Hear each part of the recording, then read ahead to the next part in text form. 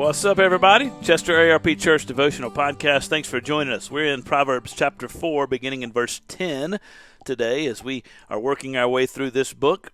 And as we work our way through it, we are being encouraged to get wisdom, to follow wisdom, and to live with wisdom in light of the glory of God. Verse 10 of Proverbs chapter 4. Hear, my son, and accept my words, that the years of your life may be many. I have taught you the way of wisdom. I have led you in the paths of uprightness. When you walk, your step will not be hampered, and if you run, you will not stumble. Keep hold of instruction, do not let go. Guard her, for she is your life. Do not enter the path of the wicked, and do not walk in the way of the evil. Avoid it, and do not go on it. Turn away from it and pass on. For they cannot sleep unless they have done wrong. They are robbed of sleep unless they have made someone stumble. For they eat the bread of wickedness and drink the wine of violence.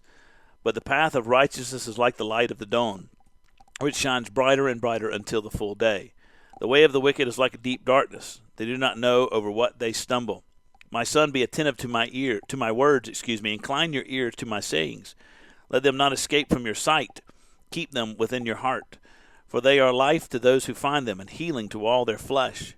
Keep your heart with all vigilance, for from it flows the springs of life. Put away from you crooked speech, and put devious talk far from you.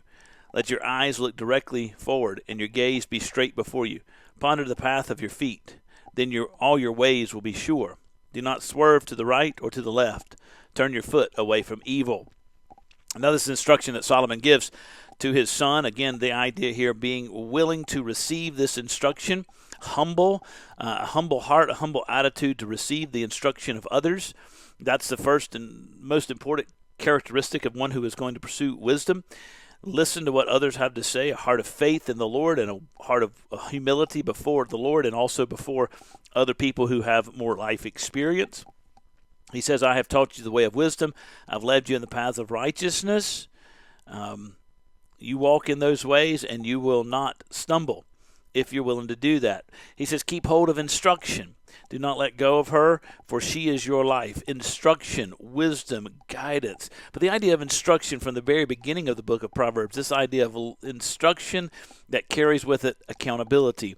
We're learning the ways in which we are to walk by being held accountable for going in the wrong directions by life experiences, by others who are there with us, by the testimony of God's Word. But we learn which ways we are to go. One of the things I have often talked to young women and men about as they look for their spouse, their future spouse, what they're looking for in a particular person. I said, and then I've talked to them and they say, I regret I dated this person or I dated that person. And I always say, I don't think you should regret, because one of the things that happens when you date people is when you're younger, when you date people, and if this is where you are now, you know this to be the case. When you're dating people, is you learn oftentimes what you're looking for and what you see in those people with the characteristics, but you also recognize what you're not looking for as you see the characteristics in those people. And so things happen. You make changes, you realize what you're looking for, what you're not looking for. There's a sense in which after you go through the dating process, you're able to, in a sense, eliminate those who have certain characteristics you don't want in a spouse. And you are looking for those who do have those characteristics that you're looking for in a spouse. And I think that's part of what Solomon's saying here, is that we have to learn to recognize an instruction through life and through life's experiences and through what God has done for us in His Word and through the testimony of others and the encouragement of others. We need to learn the wisdom of God from the way in which we walk. So we don't hate instruction.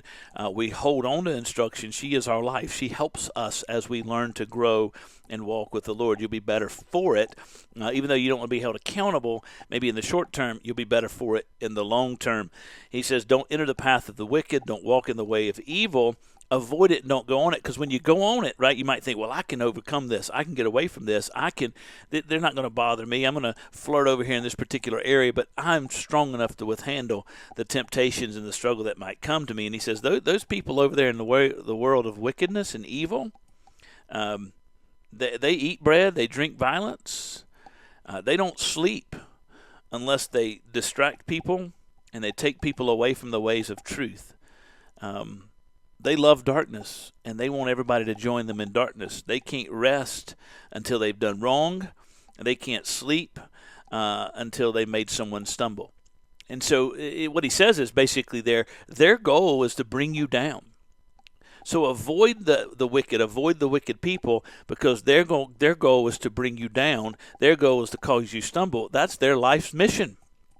Certainly you've heard of those kind of examples before. Maybe you've heard of stories. Maybe you have an own example of that in your own life where somebody was determined to make you stumble because you were trying to walk in righteousness. Maybe you were on the other end before God saved you, and you were determined to make someone else stumble because you didn't like the fact they were good at two shoes, or they were too holy or too righteous, etc. Right?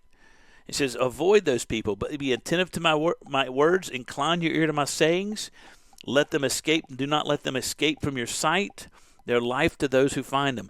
Receive the words of God. Receive the wisdom of the godly. It is light to those in the midst of darkness. They are life to those who find them, and there's healing in them. So keep your heart vigilant in all vigilance, for from your heart flows the springs of life. Put away crooked speech. Put away devious talk from your youth. Let your eyes be directed straight forward, and your gaze be straight before you, so that when you walk in the ways of the Lord, and swerve not to the right nor the left, but rather walk in the ways of the Lord. If we take this and we apply it to Solomon's father's teachings in Psalm 1, it's the one who walks in the ways of the Lord is like the tree planted by the springs, always finds water and bears tremendous fruit for the world to see the glory of God. That would be the opportunity you and I have as followers of Christ. You guys take care. God bless you. Apply this wisdom to your daily life.